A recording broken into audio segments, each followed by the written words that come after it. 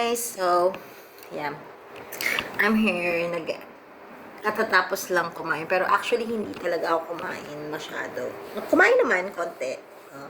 Medyo nasawa na ako sa buttered chicken and mushroom masala. Hindi ko talaga siya naubos. Sorry. Sobrang ano. Pero itong Coco Crunch yun. Ito. Okay to.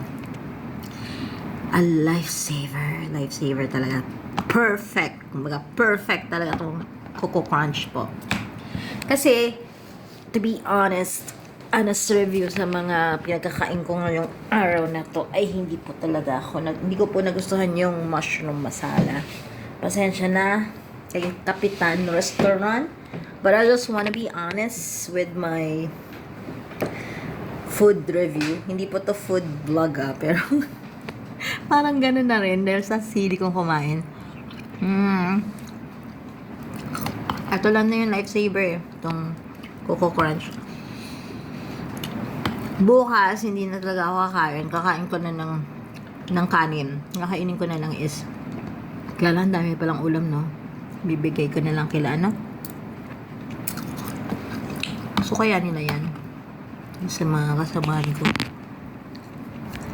I don't know kung gusto nila yung maanghang.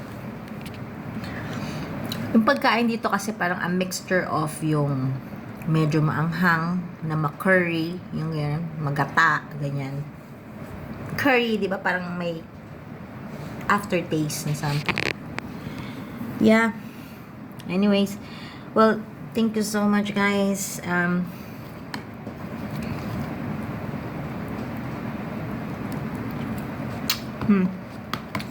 Minsan ano yung ayoko nga mag-video.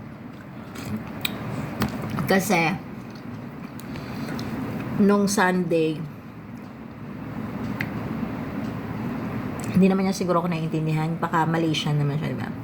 So, nung Sunday, nag-ayos-ayos ako doon sa kabilang table na yon. And then, parang nagkaroon po ng konting kababalaghan na nangyari. Yeah. Kaya ayoko i-share kasi baka mamaya sabihin nag-joke ako. Kaya ayoko na. Ay, baka hindi naman din maniniwala, di ba? Pero, hindi ako nakatulog na maayos ng past few days. Kasi may baby girl. Well, if she's a good spirit, then she's very much welcome, you know? She can dye my room, but if she's not, then sorry, okay? Really, really sorry. Hindi talaga. Kung hindi siya good spirit, no. Sorry. Ayun, tsaka, ang ginawa ko na lang, binigyan ako ng friend ko, special mention kay Yumi. Yung bagong friend ko doon sa team, si Yumi, binigyan niya ako ng imagine, kabago-bago pa lang namin kakilala, pero binigyan na niya ako ng, na-touch talaga ako sa kanya kasi binigyan niya ako ng, incenso. Yeah, and so far, yun po yung nakapagtulong sa akin yung makatulog. Yeah. So, sa ngayon, hindi pa ako naliligo kasi tinatamad po ang taon. Tamad din. Parang nakakatamad kasi ngayong araw na to. Tapos nagpa-deliver na lang ako sa Grab. Yun nga yung sinasabi. Well, kasi kung kunwari pupunta ako sa grocery, nag-grocery na ako ngayon, mag-grab ako, 5 ringgit. Pero ang delivery sa pagpa-uwi, ganun din. 'Di ba? Yung effort mo pa, tapos yun.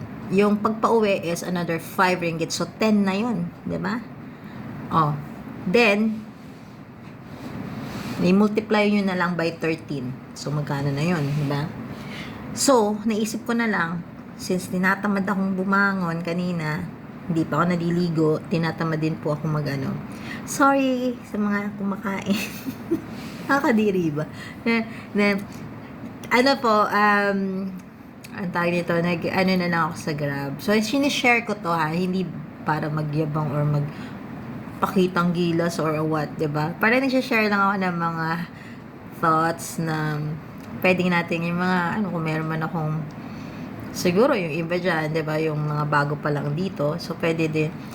Yung ginawa ko gano'n na lang, nag-grab na lang, pwede nyo rin gayahin. Nag-grab na lang ako, then nag-order na lang ako sa Grab. 2 ringgit lang yung ano, yung binayad ko na delivery. Hindi pa ako napagod. At the same time, pero kung gusto mo gumala, okay lang naman din. Kung gusto mo parang hindi ka naman tinatamad, 'di ba? Kumaga, gusto mo magala-gala, makaano ng fresh air. Ako sa ngayon, ngayong time na to talaga is ngayong araw ng Sabado ay hindi pa po talaga. Wala akong ginagawa. Wala akong ginawa. Pero nakapaglaban na ako. Washing machine naman yung ano, tas may dryer, sinampay ko na rin. Kasi kahapon, maaga kasi ako talagang nagigising. Like 5:30, ganyan. Pero ngayon, parang gusto ko lang humiga sa kama. Parang hinahabol ako parang inaano po ako kinakausap ako na ay, huwag kang tumayo, parang gano'n. Pero nakatayo ako kanina, nakalaba ako, sa washing machine. Tapos natulog ako ulit. So, yun, you know, life is not that easy, pero, you know, pagka sinasabi ko nga sa mga friends ko, actually, I could work there sa Philippines, you know. But the thing is, I want change in my life. I want something new, something different. And I want to, kasi na-try ko naman din Ako kasi po yung tao na tinatry ko lahat as much as possible hanggat kaya ko pang itry, you know. And that doesn't make, let's say for instance, if you fail, it doesn't make you a bad person or you a what do you call this? Don't think of it as you're weak or you're not good enough pag hindi kayo naging successful sa kung anumang endeavor na puntahan nyo sa buhay. As long as you tried and you give yourself, kasi ako ganun yung paniniwala ko Sasabihin na natin na sinasabi nila, you don't know, hindi mo na-give yourself. But it's because of course, you know kung saan lang yung kaya mo, 'di ba? So yun, well, I'm very much thankful din sa trainer namin na he's very patient and whatnot. Mahirap po yung account pero napaka-patient naman din niya and saludo naman din ako doon. But then again, sabi ko nga, ito, hindi naman to, So this, what I want to do right now, it's not just for the money. Just, okay, it's part of it, right? So of course, kikita ka, that you work hard for it, right? So you deserve to be paid, di ba? Hindi naman kaya nga so kasi kailangan mo rin naman yung pera, di ba? So pero it doesn't necessarily means na it will dahil lang sa pera doon tayo magano. So na-realize ko na like in a snap, you know, pwedeng ibawiin ni Lord sa atin lahat dito. Wala to, in a snap of a finger, mawawala to lahat. Kaya, ako naniniwala siguro ang magandang ipunin natin, bukod sa, of course, yung pera, kailangan yon, 'di ba? Kailangan natin ipunin, pero we don't have to be a slave for money. Okay? So, we don't have to be a slave for money. So, I think, ang magandang natin is like gawin na lang natin is yung maisip natin na since maikli lang ang buhay, so we have to make sure na ginagawa natin yung responsibility natin, 'di ba? Ano ba yung purpose natin dito sa mundo? Nag-sermon no? Pero ganoon po yung ko ngayon. At saka yung kay Lord, hindi na ako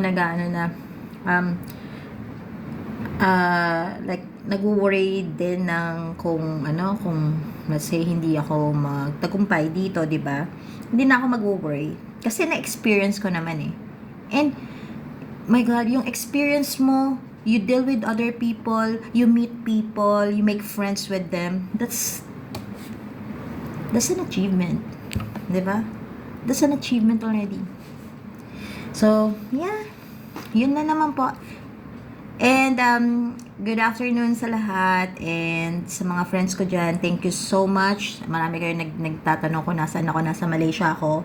Okay, so I'm not nagyayabang or what or gusto ko lang kasi din tahimik lang. Ayoko naman yung sabihin na yabang naman ito, ganun. So ganun lang. Thank you po. Bye-bye.